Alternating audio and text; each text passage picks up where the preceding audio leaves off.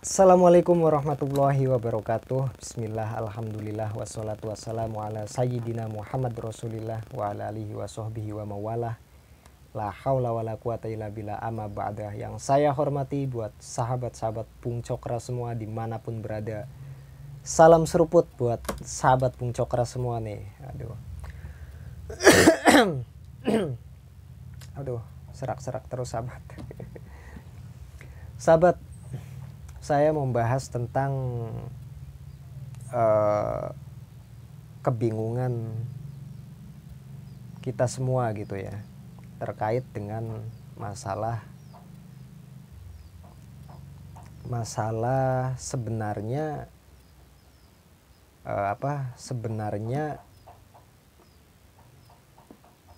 sebenarnya orang kesurupan itu atau mediumisasi itu beneran apa enggak sih gitu ya. Beneran apa enggak sih gitu kan. Dan apakah mediumisasi itu bohong gitu, yang orang kesurupan itu. Nah, itu pertama, berdasarkan sepengetahuan saya gitu, karena saya juga bersentuhan dengan orang-orang yang bisa seperti itu juga gitu kan. Jadi berdasarkan pengetahuan dan pengalaman saya, yang namanya mediumisasi itu benar. Kenapa saya katakan benar? Karena ya memang ada jin dan setan gitu di dunia ini. Kita hidup itu kita berdampingan dengan makhluk gaib, makhluk yang tidak kasat mata. Jadi seperti itu. Ya benar, makanya kalau misalkan ada orang kerasukan gitu, ya benar, nggak salah. Terus mediumisasi itu gimana? Ya mediumisasi juga benar gitu. Tapi kalau yang khusus dibuat konten ya nggak tahu ya. Tapi hakikatnya mediumisasi itu ada gitu. Dan benar gitu, karena kita memang hidup berdampingan dengan makhluk gaib gitu. Dan mediumisasi itu adalah salah satu cara untuk kita bisa berkomunikasi dengan makhluk gaib itu secara nyata. Jadi si makhluk gaib itu dimasukkan ke dalam tubuh seseorang lalu diajak komunikasi. karena sahabat nih, penting banget, karena yang bisa berkomunikasi dengan mulut, berbicara gitu kan, manusia yang punya jasad. Kalau setan, jin itu nggak bisa. Makhluk gaib itu nggak bisa. Nah, lalu bagaimana makhluk gaib itu berkomunikasi gitu dengan teman-temannya gitu kan? Apakah mereka itu seperti kita? Ya enggak. Kalau kita itu kan berkomunikasi itu kan dengan bicara gitu kan. Ada suara yang dikeluarkan dari mulut kita. Nah, kalau makhluk gaib sahabat ya, itu berkomunikasinya dengan pikiran. Jadi tidak seperti kita. Jadi dengan pikiran sahabat. Jadi yang namanya makhluk gaib itu mereka berkomunikasi dengan pikiran, bukan dengan ucapan seperti kita. Jadi seperti itu. Itu yang pertama. Yang kedua, apakah benar seperti yang dibilang oleh kelompok-kelompok yang mengatakan bahwasanya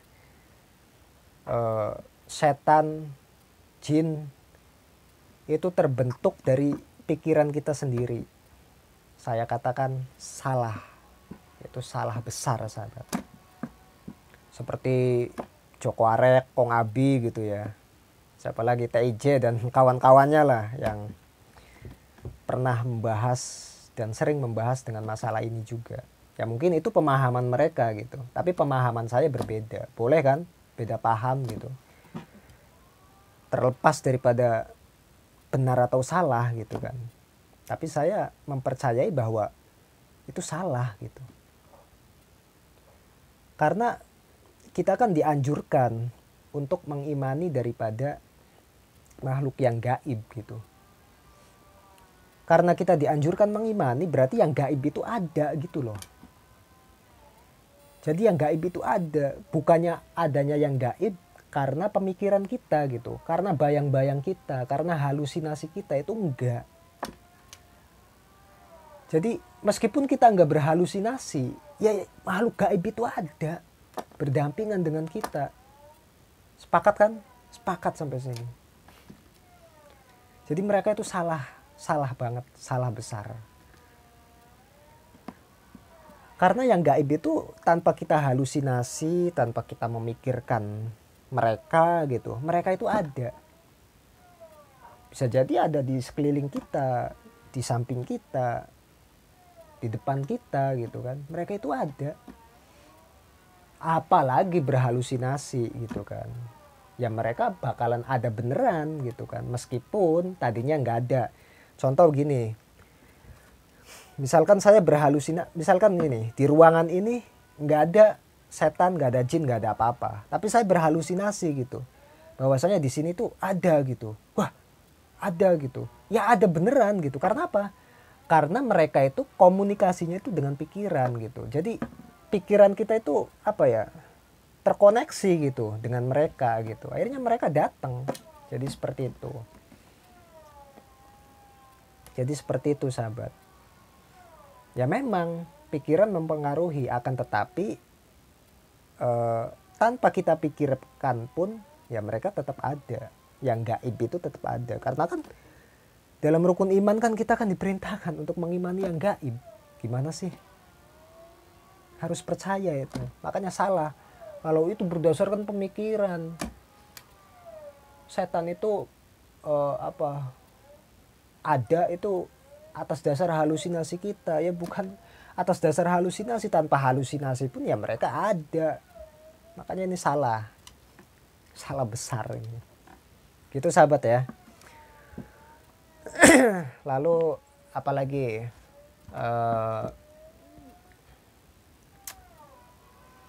apa ya, terkait gini, terkait yang di channelnya Bang TIJ itu katanya Bang Haji Ridwan itu adalah rajanya dobol gitu kan, karena konten-kontennya dulu gitu kan, pada saat masih aktif di dunia entertain gitu, itu pernah menangkap jin gitu, dimasukkan ke dalam botol gitu kan. Itu bener apa enggak? Menurut saya itu betul, benar, enggak salah, enggak. Ya mungkin di sisi lain hiburan oke, tapi di sisi lain juga ada sisi kebenarannya.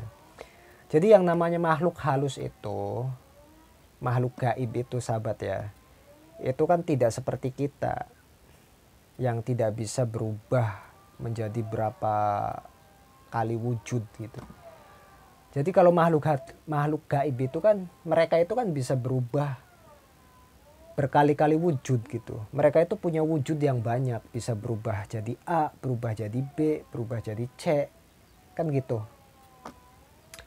Selain daripada mereka bisa merubah-rubah dirinya, mereka juga bisa membesar, bisa mengecil gitu.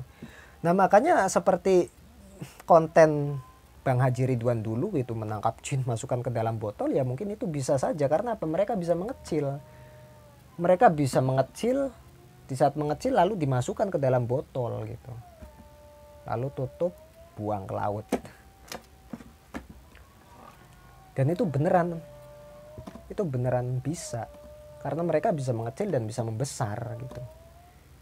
Beda dengan kita yang bisanya segini saja kan, tidak bisa mengecil. Ya beda, orang kita bukan setan, kita bukan makhluk gaib, kita ini makhluk nyata.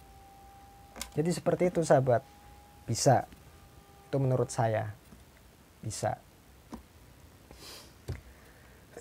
Terus apalagi sahabat ya. Wah banyak pokoknya pembahasan tentang itu sahabat ya. Terkait katanya khodam itu nggak ada katanya. Seperti yang saya simak itu dalam perbincangan Joko Arek sama TIJ gitu kan. Katanya sebenarnya kata Joko Arek, khodam itu sebenarnya nggak ada katanya. Itu adalah tipu daya iblis katanya. Loh, tipu daya iblis. Jadi orang yang punya khodam itu adalah orang yang punya jin gitu kan.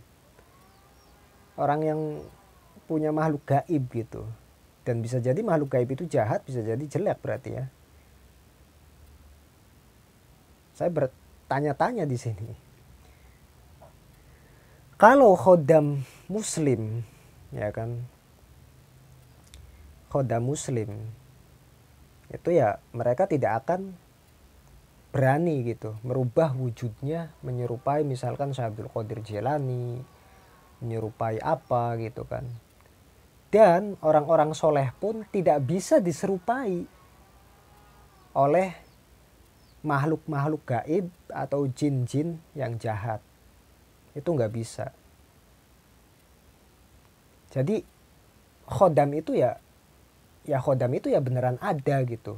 Kalaupun misalkan itu bentuknya atau macan kumbang gitu kan, atau Nogo Sosro gitu kan, atau bentuknya atau apa gitu kan, atau bentuknya khodam Syekh Abdul Qadir Jilani gitu, terus dikhodami oleh Prabu Siliwangi gitu, ya itu ada beneran, ya itu bener ada khodamnya gitu.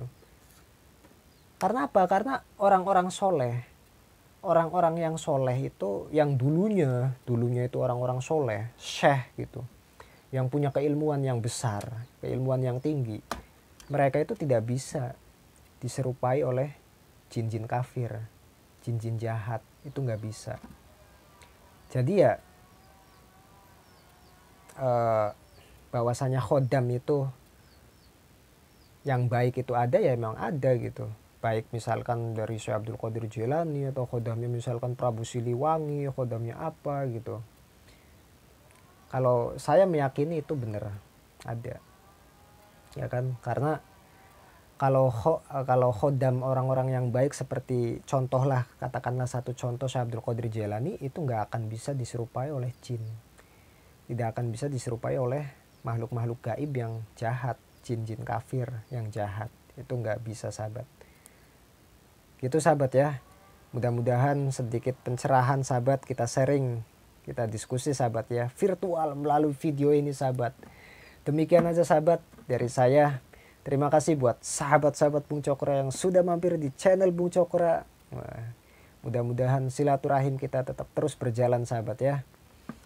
Saya ucapkan terima kasih. Jangan lupa untuk subscribe, like, dan komentar dengan bahasa-bahasa yang santun sahabat. Terima kasih buat sahabat-sahabat Bung Cokro semua. Saya akhiri. Wallahul muwaffiq ila aqwamit thoriq. Wassalamualaikum warahmatullahi wabarakatuh.